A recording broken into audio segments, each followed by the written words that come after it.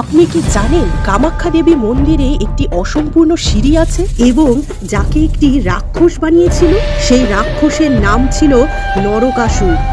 কথিত আছে নরকাসুর মা কামাখ্যা দেবীকে বিবাহ করতে চেয়েছিল। একটি রাতে নরকাসুর মা কামাখ্যা মন্দিরে পৌঁছলো এবং গর্জন করে বিবাহের প্রস্তাব দিল। তখনই মন্দিরের ভেতর থেকে আওয়াজ আসলো, যদি তুমি আমাকে বিয়ে করতে চাও তবে পাহাড়ের নিচ থেকে মন্দির পর্যন্ত একটি সিঁড়ি বানাতে হবে। তখনই নরকাসুর সিঁড়ি বানানো শুরু করলো আর সিঁড়ি বানানো প্রায় শেষের দিকে ছিল। ব্যাস আর কয়েকটি সিঁড়ি বাকি ছিল এবং মা কামাখ্যা এই সব দেখছিলেন। মা কামাখ্যা জানতেন যদি নরকাসুর সিঁড়ি বানিয়ে ফেলে তাহলে তা ব্রহ্মাণ্ডের জন্য ঠিক হবে না।